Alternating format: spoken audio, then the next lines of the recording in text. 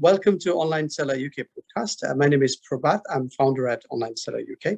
And we've been doing this Amazon podcast for over a year now. So today we've got Zenny from Sellerboard, and we'll be talking about lifetime value of Amazon customer and probably more. So Zenny, welcome to our podcast. Thank you. Thanks for having me. Excellent. So Zenny, why don't you introduce yourself to start with? Sure. My name is Jenny. I work for Sellerboard. I do marketing and demos and live events and negotiations. So I do a lot of stuff. One of the things which I do is demos and webinars. So this is the reason I'm here. We have a new amazing feature, which is called LTV. It's an LTV dashboard. It stands for lifetime value. So this is what I'll be showing you guys today. So to explain it simpler is that we're all used to thinking in terms of profit, how much money we do when we sell a specific product or a specific item, but actually a customer might make you more money than just your profit on the first sale. Let's say this, imagine a customer returns and buys another product from your brand, or maybe they buy another item, or maybe if you're selling some goods that are consumable, such as food, for example, then they need to replenish over and over every month, let's say, or every few months. And to plan your customer acquisition costs correctly, which is your budget, basically, which you can spend to acquire one customer, for example, through advertising, it's very important to understand the lifetime value of your customers. So their profit contribution over their whole lifetime as your customer. And this is what our new dashboard, LTV dashboard, will help you with. So let me share my screen. Yeah, please. Okay, just a second. So let's do this share. So can you see my screen? Yeah.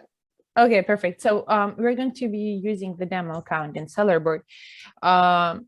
These are all fake numbers, but they work just as a real account. So okay, so here is the LTV dashboard. You'll find it under the profit LTV. So okay, so it's loading, just a second. Sure. Okay, so this is our LTV dashboard.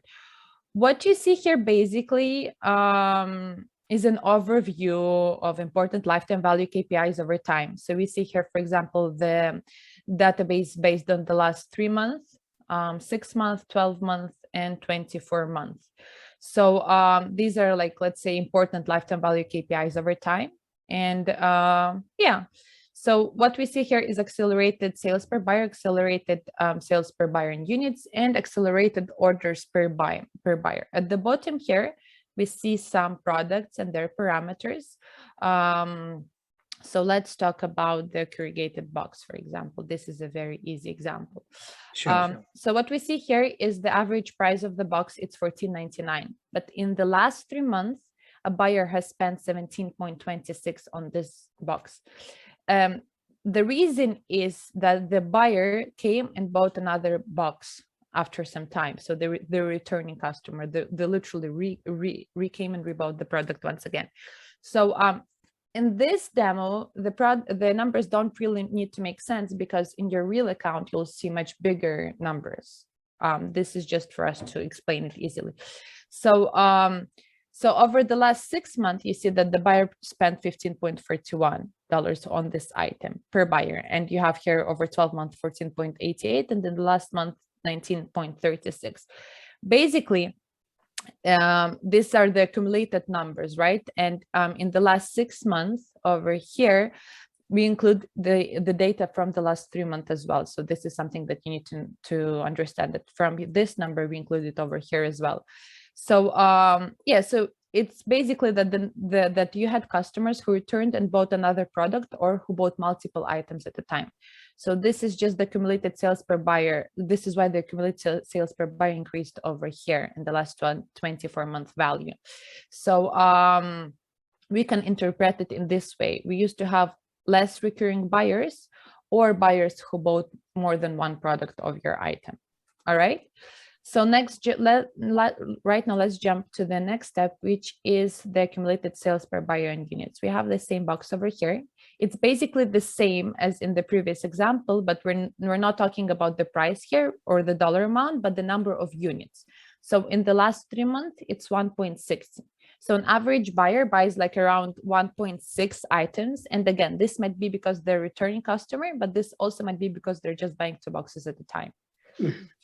And as in the previous example, you can see that the number here, it decreases, but in the previous example, it increased here over time. Here it doesn't. So yeah, as explained, they either bought multiple boxes at a time, or they just returned within the last 3 months and bought another item of your product.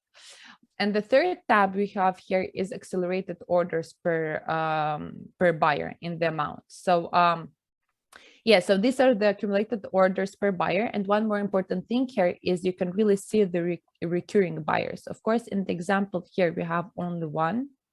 Yeah. Yeah, but this is the average in the last 3 months. An average buyer placed around 1 order here, 1 order here, and 1 order here. Yeah.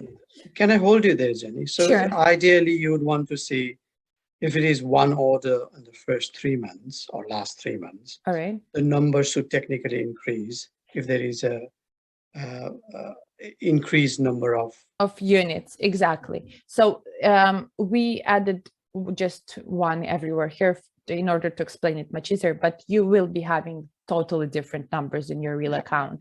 Okay. So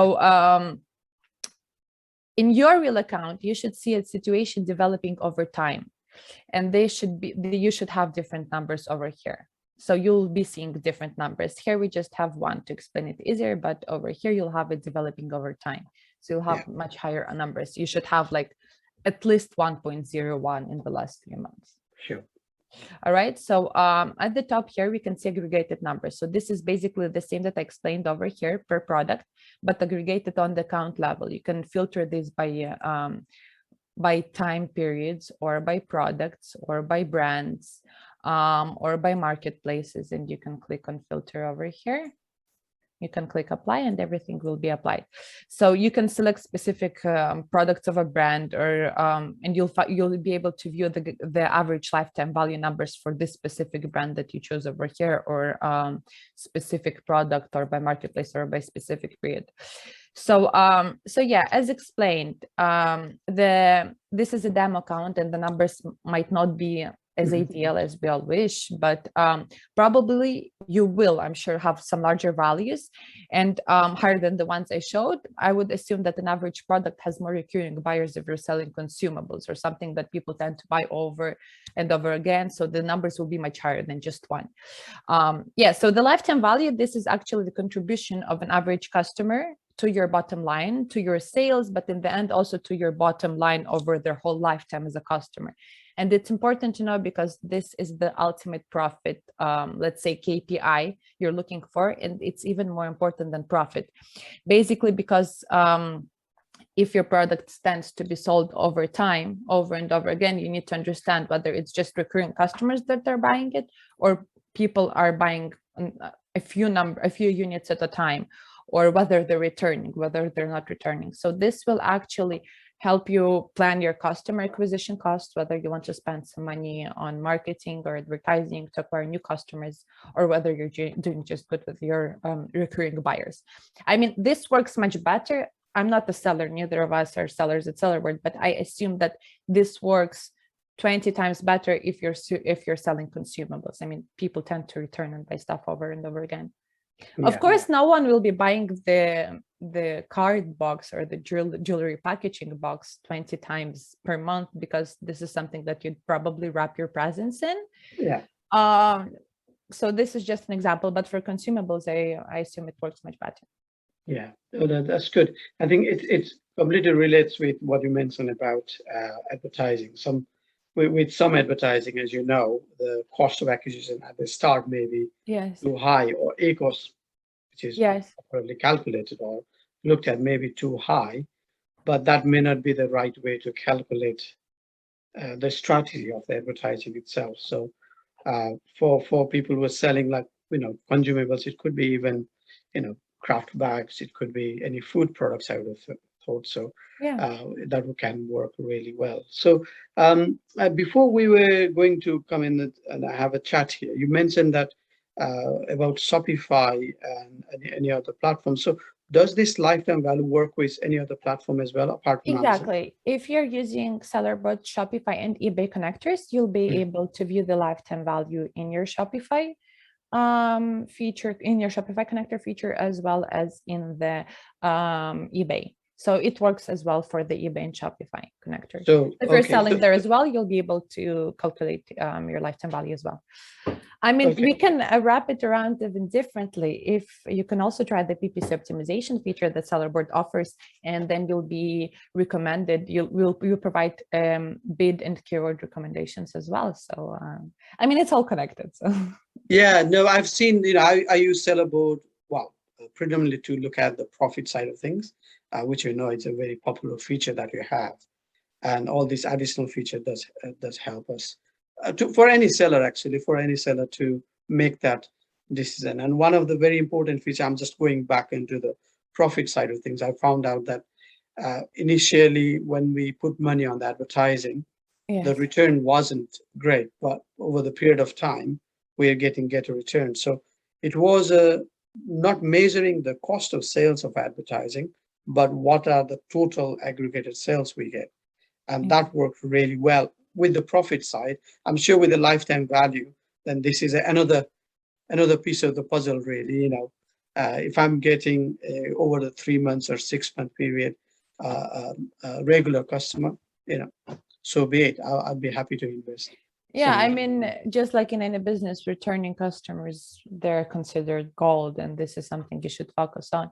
And never trust the product or you're selling, even if it's not a consumable product. I mean, if the box is good, then the customer, once they have, I don't know, some celebration, birthday party, they'll return and order another box from you just because they're good from you last time. So if you plan your acquisition costs correctly and you understand what percentage of buyers you have recurringly, whether they buy specific product or they just buy a few items at a time, it makes sense to plan your costs and understand exactly how much you're making, whether it's worth to put money into advertising or no, or you're doing good with the returns. So okay, no, that's good. So thank you very much, Jenny, for your time today. Thank you for having me on the show. Yes, before you go, so tell us where is the best place to get in touch with you, Jenny? Sure. You can reach out to me at Jenny per email, jenny@sellerboard.com, or on Facebook, you can find me. I'm Jenny Adams. You'll probably notice me by the picture or stuff like that. So I mean, it would be much easier for you to reach me out per email because I'm constantly 24/7 checking my emails other than Facebook. So yeah. So if you have any questions, you can even comment under the video and I'll be happy to get back on and reply to the comments. Okie dokie. All right. Thanks very much, Jenny, for your time today. All the best. Speak soon. Have a great day. You too. Bye. Bye.